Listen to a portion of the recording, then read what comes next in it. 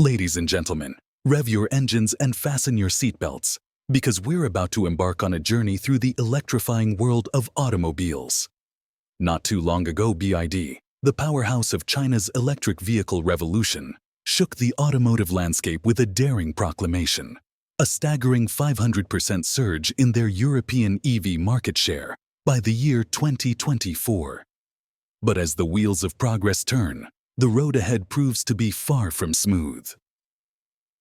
In the ever-evolving dance between innovation and regulation, the European Union has deployed new tactics to safeguard its own automotive champions, casting doubt on the once unstoppable march of Chinese EVs across the continent. Strap in as we unveil the gripping saga behind the flood of Chinese EVs into Europe and the unexpected challenges they now face, locked away in warehouses, awaiting their moment of glory. Number 5. 10,000 BYD EVs in European warehouses unsold.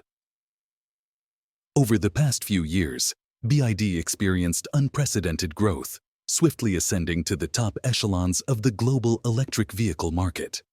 In a remarkable turn of events, this Chinese powerhouse surpassed even Tesla to claim the coveted title of the world's leading EV manufacturer by the fourth quarter of last year. However, the dawn of this year brought unexpected challenges, as BYD's expansion faced a slower trajectory than anticipated. One contributing factor to this deceleration is the prevailing economic downturn in China, casting a shadow over the company's growth prospects. Yet, another hurdle lies in BYD's overseas endeavors, particularly its struggle to carve out a significant foothold in Europe despite commendable sales figures. Despite its lofty ambitions, BYD's share in the European EV market languished around a mere 1% last year. Although the company unveiled an ambitious roadmap aiming for a 500% surge to capture 5% of the European EV market by 2024, current developments suggest this target may remain elusive.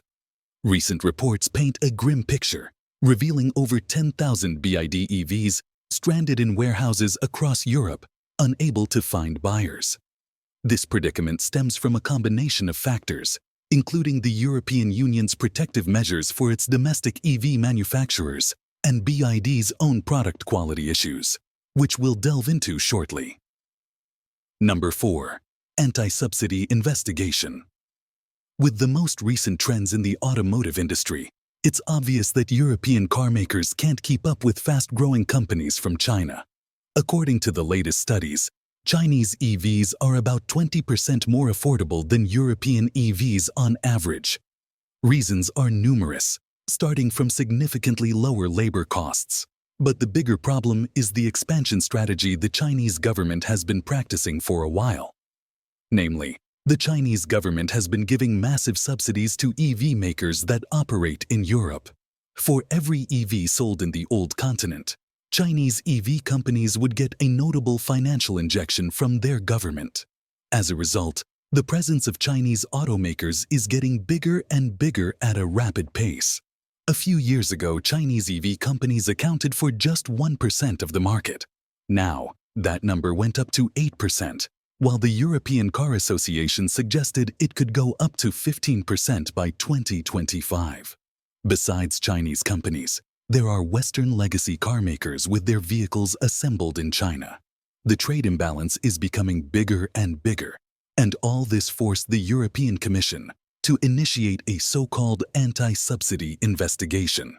The goal of this investigation is to fight against Chinese export incentives and ensure that Chinese EV makers have a genuine competitive edge, in contrast to the current artificial one, as many like to call it. Number 3. Build quality issues.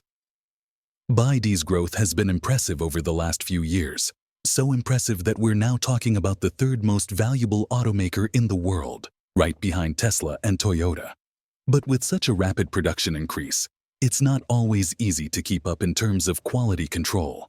After all, let's be honest and say the Chinese products have never been famous for their quality, so why would things be any different with electric cars? In any case, just like other Chinese automakers, BYD is also facing big quality issues.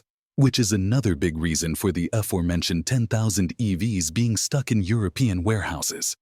Namely, quality issues have been reported in various parts of the world. In Europe, these issues were primarily due to things like mold, which appeared on B EVS even before they were unloaded from transport ships. One of the reasons may be the fact that BYD now has its own car carriers, so it probably lacks experience in overseeing the entire transport process. In Japan, on the other hand, the key problems are scratches, which once again has something to do with bad transportation practices. But quality issues occurred in other markets as well, where BYD cars had enough time to prove their value. For example, in Thailand, where Chinese EVs rule the market, we found numerous complaints about peeling paint and plastics. In a completely other part of the world, in Israel, we've got numerous reports about BYD EVs deformed under the weight of roof racks. For one reason or another, BYD and other Chinese car makers can't maintain quality control, as we're talking about the part of the world with probably the most demanding customers when it comes to the quality of cars and related products. Number 2. Trouble of Chinese car makers.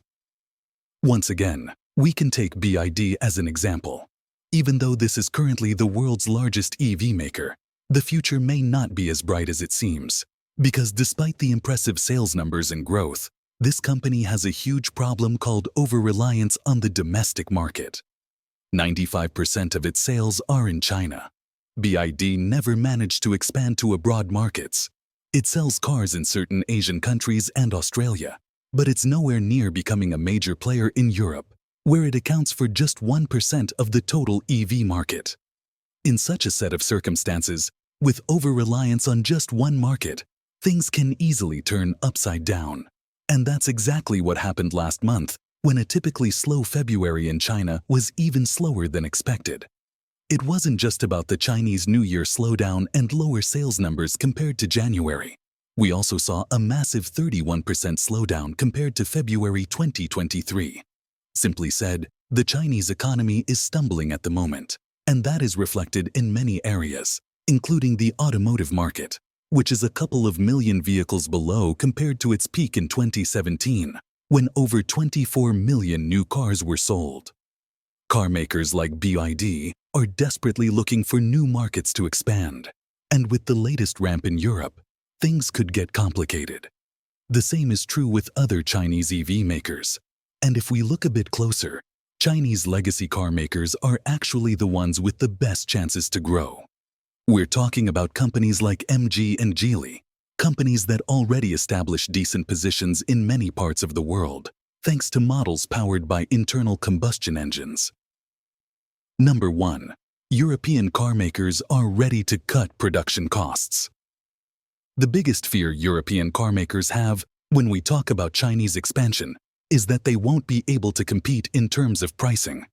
As mentioned, Chinese EVs are significantly cheaper than European EVs at the moment. So playing on the quality card, which is obvious on the European side, may not be enough in times of high inflation and limited financial power of EU citizens. But things could change pretty soon because legacy car makers have finally taken this battle seriously and are now working out different methods of cutting production costs.